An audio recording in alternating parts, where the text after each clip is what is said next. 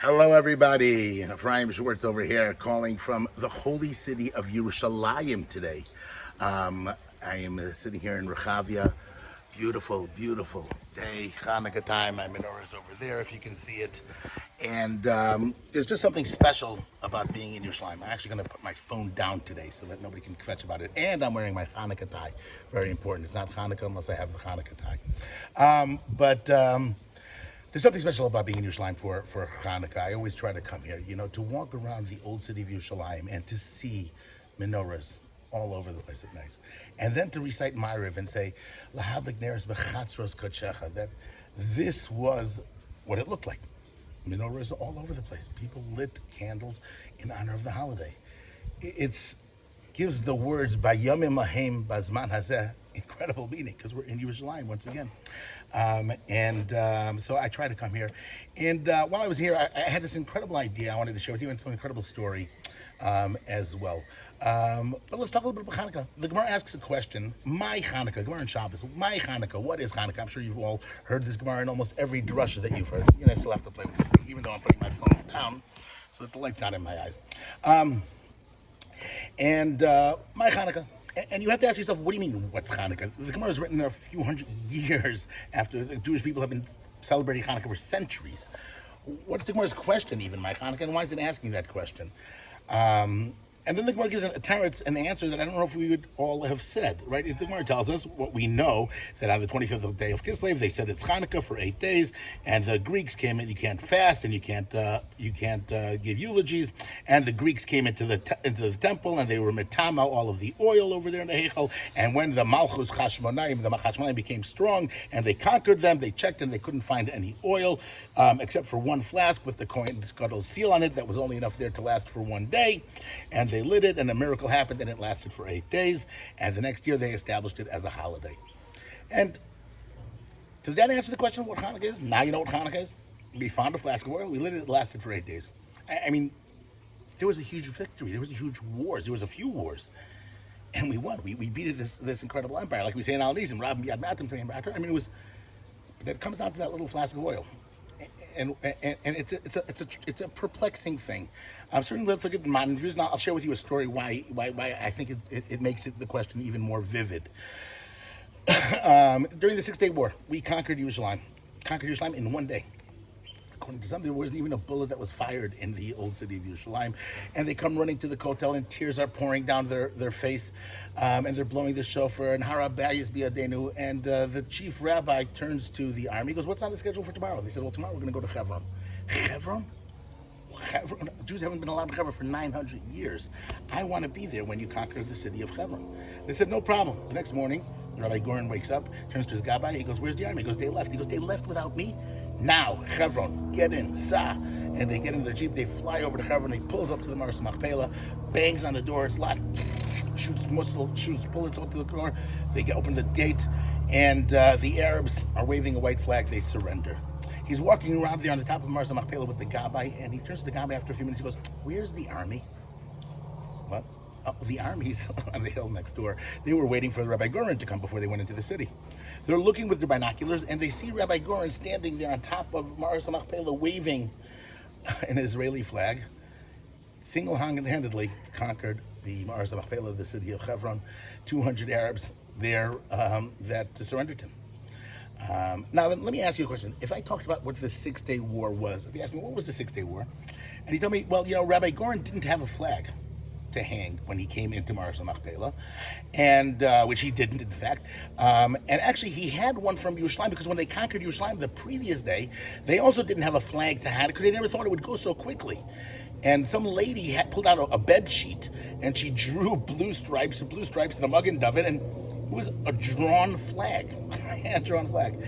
I tell you, you know what the story of the 6-Day War was? The 6-Day War was that we didn't have a flag to hang up, and Rabbi Goren had this flag that he took from Yerushalayim the day beforehand, and boom, he hung up a flag, and boom, that's what the 6-Day War. Really? I mean, that's a small little aspect of the day, but that's not really what the day is about. We see something in Al Hanisim, and the words are we say, when the evil Greek empire came, to make us forget our Torah, to make us forget, to remove us the mitzvahs that we do, and you, Hashem, with your great mercy, you stood up for them in the times of their trouble. We're going to be saying this for the next 8 days, a bunch of times. And I'm going to share with you a question that was asked in perhaps almost the opposite circumstances. The question was asked by the Aish Kodesh, the holy Rabbi of Piatetsna, who was in the Warsaw Ghetto. He was ultimately killed, and he wrote a sefer called Aish Kodesh that they buried there before he was taken to killed inside of and they found it after the war. They sent him an incredible story. I mean, look it up, the Aish Kodesh. It's Chanuka. We have to talk about the Aish. The fire. And he asks a question like this. He says, V'navina, let us understand. He goes that to remove us from the Torah, to stop us from keeping the mitzvahs, that's lo tzarasam belvadi. That's not Klal Yisrael's tzara. Right? It's Hashem's problem. I mean, if we can't keep there's no Jewish people, there's no Torah, there's no mitzvahs, there's no nothing, it's Hashem's problem. Just as much. And why does he stood up for us in our trouble? It's not our trouble, it's his trouble. This is the question that he asks. And then he takes it further, and he talks about it in the light of his times. And I'll just read you a quote from him. He says, you know what, throughout all the generations, there have been terrible tzaras for Klal Yisrael. You know, the destruction of the first temple, the destruction of the second temple, Greek, Romans, Crusaders, you know, throughout generations, we've had terrible troubles. And when we have those troubles, we have people that have persecuted us. We don't make holidays after those things. We don't celebrate, we were able to go ahead and practice our faith here, we have to practice our faith here, we're able. Most of the times it's because it just happens again and again and again. Why is that? What's unique about it? If it's the battle of the victory over the Greek, the truth of the matter is, it's not necessarily something to make a holiday over. I mean, within 50 years, the Hashmonite kingdom was gone. When the Gemara asks this question, my Chanuka, it's asking this already at the time towards the times of the destruction already. You know, we're talking about the Beis Hillel, Beis Shammai. It's when they're talking already there. Even that's in the beginning of in the end of the temple period already, where everything is, all the victory and the holiness, that's gone. And if it's written in the times of the Talmud, it's even later than that. We have that question. You know, what's Hanukkah about anymore? I mean, we're in Gullus, we're in exile. It's a much deeper question if we understand the question in the historical light. It's not just saying, why is there a holiday Hanukkah? It's like, what does Hanukkah mean to me today? What's it about for me today? And his words, he writes over here, anybody that has troubles, you know, throughout generations, he goes, you know, their faith gets questioned.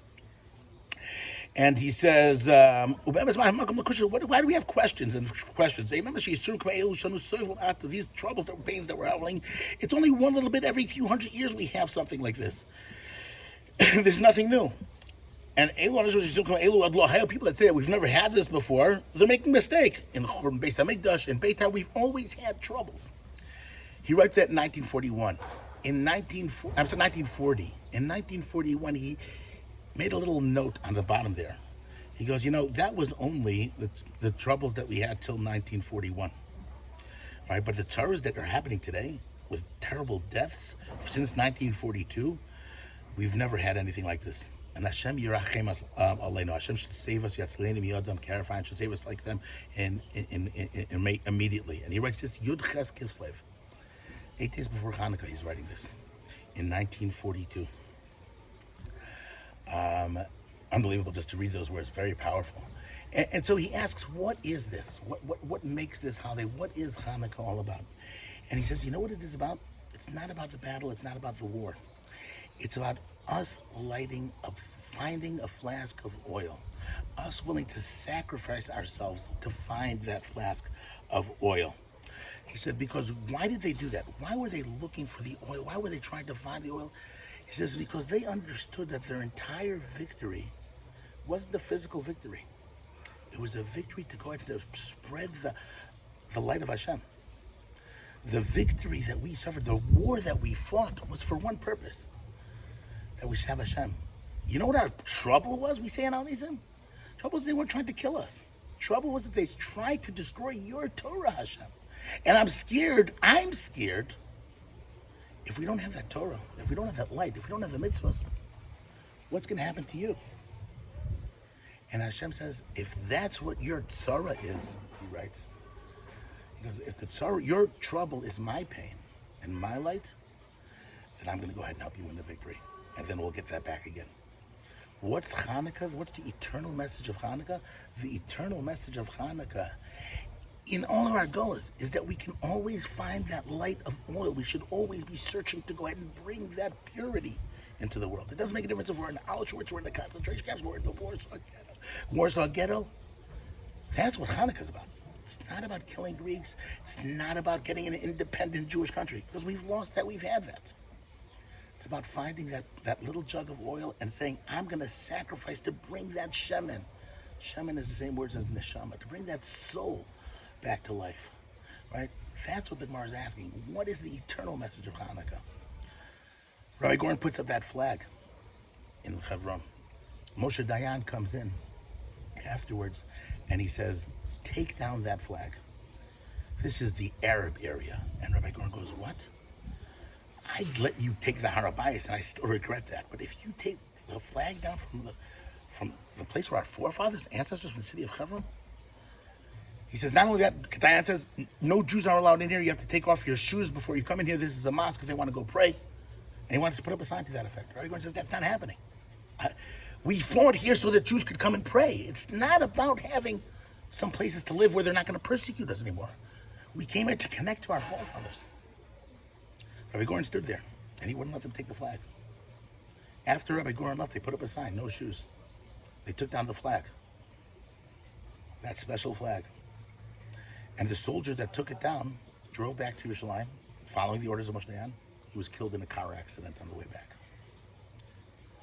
Moshe Dayan, the next day, Rabbi Goren gets a message from the Prime Minister of Israel, Levi Eshkol. He says, you could put the flag back up, and we can... and you can take off your shoes. And the Jews can wear their shoes when they go in this. It's a Jewish site. Maybe the Six-Day War really was a miracle about that flag. Not the Israeli flag, but about the Magen David, about Hashem being the one that protects us, that defends us. The Jewish Israeli flag is a flag that's meant to look like the talus. It's a place about praying. The country's about praying. Come to Yerushalayim. We have the Kosel, but we don't have that Beis Hamikdash yet. It's another reason why I like to come to Yerushalayim. Because every time I come here and I see those lights, I look up to that Temple Mount and I say, when will Hashem finally allow us to come back and return that service? I'm hoping it'll be over the next few days that I'm still here, so I don't have to schlep back and forth again. So happy Hanukkah to you. Have an incredible, incredible week. And may the light of Hanukkah bring all of us the holiness that we're all seeking and reveal that Shemen HaTov. Have a great Shabbos. And once again, if you want to sign up to my weekly emails, Rabbi Schwartz at yahoo.com. And you can subscribe to these YouTubes as well. Have an incredible Hanukkah.